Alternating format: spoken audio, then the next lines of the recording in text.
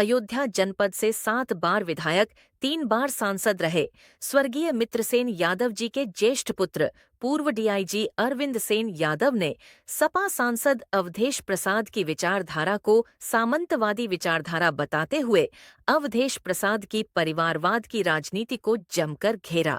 सपा भाजपा के प्रत्याशियों का टिकट हुआ फाइनल अरविंद सेन यादव ने कर दिया। ये बड़ा ऐलान सपा को लग सकता है, बड़ा झटका। देखिए पूरी कवरेज वॉइस ऑफ अवाध के एडिटर, चीफ एवं टीवी जर्नलिस्ट, जिला मुख्य पत्रकार अमर चंद्र यादव के साथ। वॉइस ऑफ अवाध 2.0 को आप सभी सब्सक्राइब जरूर करें। नमस्कार साथियों, मैं हूं अमर चंद्र यादव, राष्ट्रीय प्रसार टीवी जर्नलिस्ट, जिला मुख्य पत्रकार अयोध्या। इस समय हम अयोध्या जनपद की ऐसी हस्ती के साथ मौजूद हैं जो स्वर्गीय मित्रसेन बाबू की ये धरती है। ये धरती भिखारी की पावन धरा है। ये मिल्कीपुर विधानसभा की पावन धरती है, जिस मिल्कीपुर विधानसभा से स्वर्गीय मित्रसेन बाबू 7 बार विधायक और 3 बार यशस्वी सांसद रहे। वो गरीबों, दलितों, पिछड़ों के मसीहा कहे जाते हैं। आज उन्हीं के ज्येष्ठ पुत्र माननीय सम्माननीय श्री अरविंद सेन यादव जी, जो पूर्व आईपीएस भी रह चुके हैं, जिनका अयोध्या की राजनीति के साथ साथ मिल्कीपुर की राजनीति में सेन परिवार का एक अच्छा दबदबा माना जाता है। और एक कहावत भी कही जाती है कि पानी में रह करके मगरमच्छ से बैर और अयोध्या में रह करके सेन परिवार का से बैर, ये दोनों घातक होता है। तो हम ये जानना चाहेंगे कि जिस प्रकार से लोग कयास लगाए जा रहे हैं कि सेन परिवार का समर्थन किसको मिलेगा, किसके साथ सेन परिवार जाएंगे, और ऐसा माना जा रहा है कि मिल्कीपुर का इतिहास रहा है कि जिस पर सेन परिवार की कृपा होती है, जिस पर सेन परिवार का हाथ होता है, वही यहां से विधायक चुना जाता है, वही यहां से यहां का नेतृत्व करता है। हमारे साथ मौजूद है, आइए हम इनसे कुछ बात करते हैं। और जिस इंटरव्यू का आप सबको इंतजार था, आइए हम नब्ज को टटोलने का प्रयास करते हैं।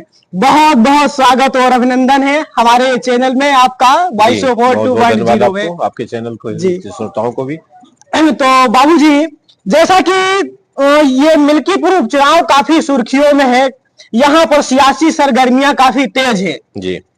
तो ऐसा जिस प्रकार से विभिन्न दल अपनी राजनीतिक तैयारियों के लिए जी जान से लगे हुए हैं, और मिल्कीपुर की राजनीति में आपका भी एक वर्चस्व है, आपका भी एक कह सकते हैं कि एक लोकप्रियता है, लोगों के समर्थक का एक अपार शक्ति है।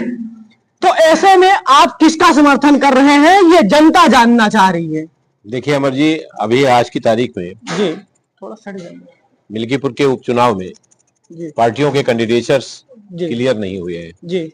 समाजवादी पार्टी ने जी यहाँ के स्थानीय सांसद के बेटे को चुना है, प्रत्याशी बनाया है जी। आजाद समाज पार्टी जी भाई सूरज चौधरी जी को जी उम्मीदवार बना रही है जी। और भाजपा का भी क्लियर नहीं है जी। जो मिल्कीपुर के उपचुनाव की हालात है जी, उसमें मैं आपको बड़े खुले शब्दों में बताना चाहता हूं जी कि ये सत्तात्मक शक्ति का चुनाव होगा, जी, ये जातीय गठबंधनों का चुनाव होगा, जी, जातीय समीकरणों का चुनाव होगा, जी, अर्थ प्रधान चुनाव होगा, जी, और तमाम तरह के जो राजनीतिक जी, प्रशासनिक प्रेशर्स होते हैं उनके तले ये चुनाव होगा जी। और जहां तक पार्टियों का सवाल है, जी, बसपा ने अपने आप को बैक कर लिया है, जी, उपचुनाव में वो सहभागिता नहीं कर रही है। जी, ऐसी स्थिति में अगर बहुजन समाज का वोटर जिस पार्टी के साथ जाएगा, जिस कैंडिडेट के साथ जाएगा, उसको निश्चित रूप से कहीं न कहीं वरीयता मिलेगी, कहीं न कहीं उसका पलड़ा भारी होगा। तो सर, आपको क्या लगता है कि मिल्कीपुर उपचुनाव में बहुजन समाज पार्टी और कांग्रेस के चुनाव न लड़ने से इसका कहीं ना कहीं फायदा आजाद समाज पार्टी को हो सकता है? क्या आपको लगता निश्चित रूप से अगर आजाद समाज पार्टी जी मजबूती से और ये अपने को साबित करने की स्थिति में पहुंची जी कि हम चुनाव में सपा और भाजपा को फाइट दे रहे हैं जी, तो निश्चित रूप से एक स्थिति बनेगी त्रिकोणात्मक संघर्ष की, त्रिकोणात्मक क्या कहते हैं चुनाव की। लेकिन अगर वो कहीं उसमें असफल रहे जी तो द्विपक्षीय चुनाव हो जाएगा। जी तो ऐसी स्थिति में तो आजाद समाज पार्टी के लोगों को बहुत मेहनत करनी है। जी जो बहुजन समाज का वोटर है जी उसको अपने पक्ष में मोड़ना है। जी अगर वो उनके पक्ष में जाता है जी तो निश्चित रूप से आजाद समाज पार्टी का जी एक वर्चस्व, एक स्थापना जी। मिल्कीपुर में होगी। जी अभी हाल ही में एक तस्वीर सोशल मीडिया पर काफी वायरल हुई थी। आप अवधेश प्रसाद जी के साथ किसी निमंत्रण में दिखे थे, तो लोगों द्वारा कयास लगाए जा रहे थे कि आप भी यादव हैं, सपा भी यादव हैं, तो यादव थोड़ा मिलकर के अगर एक हो जाए तो समाजवादी पार्टी एक बहुत बड़ी ताकत बन सकती है और निश्चित रूप से जीत हासिल कर सकती है मिल्कीपुर में।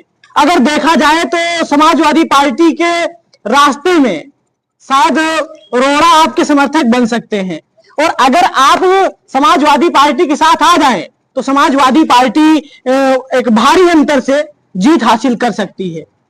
मैं आपसे जानना चाहता हूं, समाजवादी पार्टी का जो कैंडिडेट है जी उसकी राजनीतिक सोच क्या है, उसका राजनीतिक हलचल क्या है, उसका राजनीतिक आचरण क्या है, उसका राजनीतिक व्यवहार क्या है, उसका आम आवाम में शिरकत क्या है, किसी गरीब दुखिया के किसी मामले में, किसी प्रकरण में, मिल्कीपुर के एक प्रकरण में कहीं उसकी शिरकत दिखाई पड़ी हो, कहीं उसकी सक्रियता दिखाई पड़ी हो, कहीं उसका राजनीतिक चतुराई दिखाई पड़ी हो, राजनीतिक हस्तक्षेप दिखाई पड़ा हो, तो आप हमें बताइए। आप इतने रोज पत्रकारिता कर रहे हैं। जी बिल्कुल। ये ऐसी दशा में वो ना तो कैमरे को फेस करने की स्थिति में है, बल्कि वो चुनाव केवल पार्टी के नाम पर और अपने परिवार के नाम पे चुनाव लड़ने जा रहा है।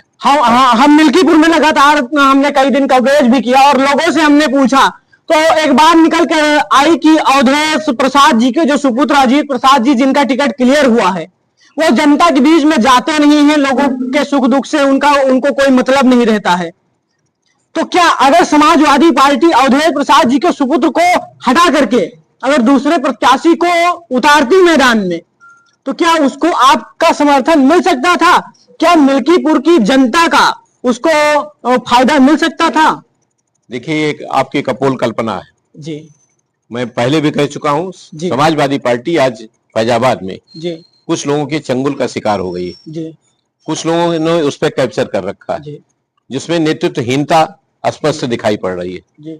लिहाजा अगर आप मिल्कीपुर की बात कर रहे हो और समाजवादी पार्टी के इनके परिवार को छोड़कर किसी और के टिकट की बात कर रहे हैं, तो वो असंभव बात है।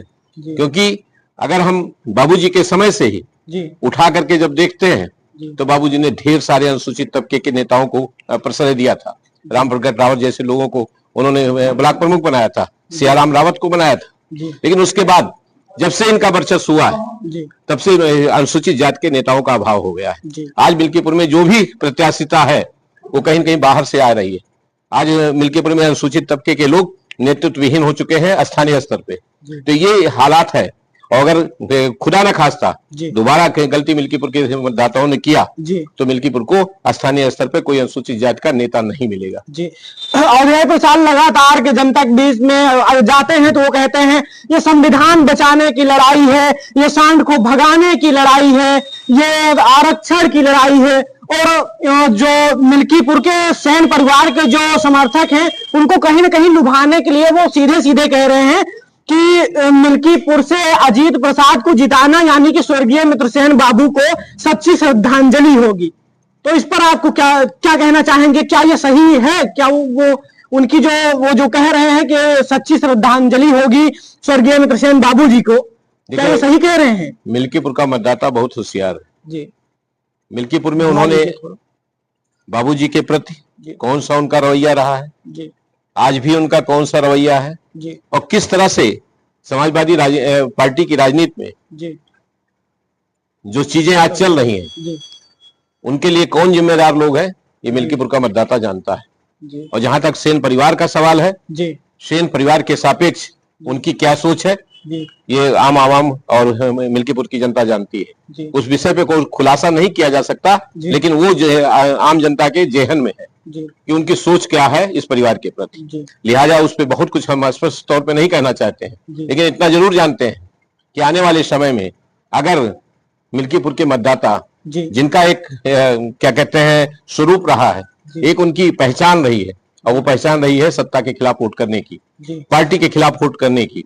बाबूजी को वोट दिया जाता था, मिल्कीपुर का मतदाता मित्रसेन यादव को वोट देता था, ना कि किसी पार्टी को वोट देता था। आज चूंकि परिस्थितियां बदली है, आज लोग व्यक्तित्व को वोट ना दे करके पार्टी को वोट दे रहे हैं, निशान को वोट दे रहे हैं, और इसके चलते उनका नेतृत्व छीन रहा है और उनकी रहनुमाई, उनकी हिफाजत, उनके क्या कहते हैं दुख सुख में शिरकत नेता लोग करना बंद कर दिए। अजय प्रसाद सीधे सीधे कहते हैं कि मिल्कीपुर उपचुनाव में ये चुनाव अजीत प्रसाद और भाजपा के प्रत्याशी से नहीं है, बल्कि ये चुनाव सीधे सीधे अवधेश प्रसाद और योगी आदित्यनाथ के खिलाफ है, जबकि वो अखिलेश जी को भी अपने सामने छोटा मानते हैं। तो क्या आपको नहीं लगता है कि उनके इस ओवर कॉन्फिडेंस की वजह से समाजवादी पार्टी एक बड़े मार्जिन से हारने जा रही है मिल्कीपुर में? देखिए, ये उनका अहम बोलता है जी, और मैं नहीं कहना चाहिए लेकिन फिर भी मैं कह रहा हूं जी कि जो अयोध्या का चुनाव जीतना था जी, वो अंधे के हाथ बटेर लगने की जैसी एक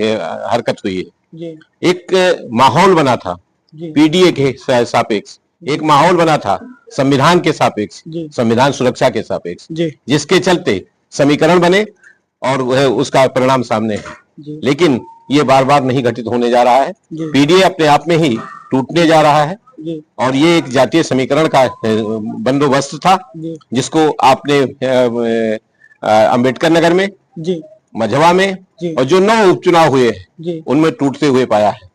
और क्योंकि जिस जाति का आदमी लोकसभा में पीडीए के साथ था, जब उसने अपनी जाति का कैंडिडेट भाजपा से पाया, दूसरी पार्टी से पाया, तो उसने पीडीए को छोड़ करके अपनी जाति के आदमी के साथ चला गया। उसी का परिणाम अंबेडकर नगर धर्मराज निषाद का और ज्योति मौर्य मझवा का चुनाव आपके सामने है। इन्हीं परिस्थितियों में कह रहा हूं कि पीडीए अपने आप को टूटता हुआ पाएगा और एक समय ऐसा भी आएगा जो पीडीए के कस्टमरी वोटर्स हैं ये भी अपने को ठगा हुआ महसूस करेंगे।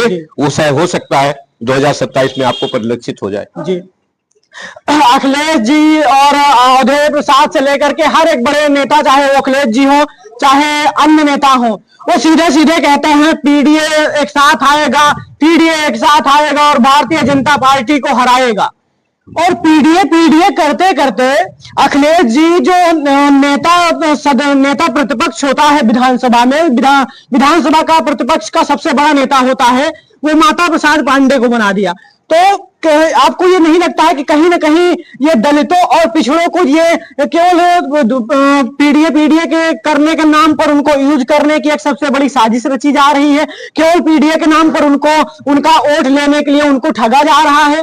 देखिए, पीडीए किस नजरिए से आप देखते हैं? बिल्कुल, मैं आपका कहना सही है और उसी नजरिए से देखता हूं जो आपका आशय है।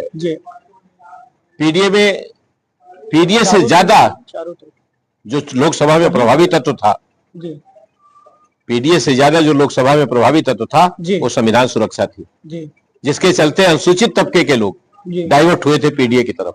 लेकिन वो स्थिति आज की तारीख में नहीं। तो इसके अलावा ओबीसी के लोग और अनुसूचित जात के लोग प्लस यादव और मुस्लिम, ये सारे लोग इकट्ठा होकर के पीडीए इन्होंने गठित किया था एक सोच के तहत, संविधान सुरक्षा के तहत और बीजेपी के खिलाफ वोट करने के तहत। लेकिन वो परिस्थितियां बदली हैं।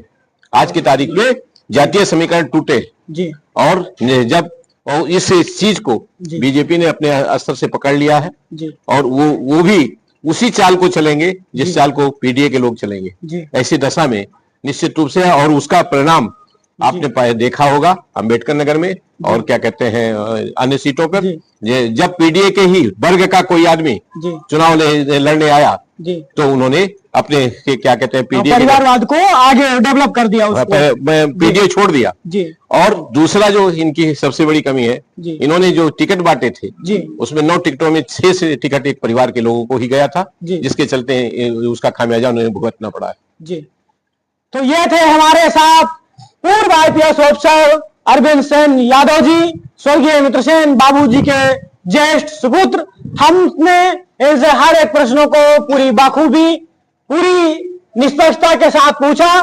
फिर किसी बड़े नेता के साथ उपस्थित होंगे, तब तक के लिए आप हमें दीजिए इजाजत। नमस्कार, मैं हूं अमरचंद्र यादव, राष्ट्रीय प्रसार टीवी जर्नलिस्ट,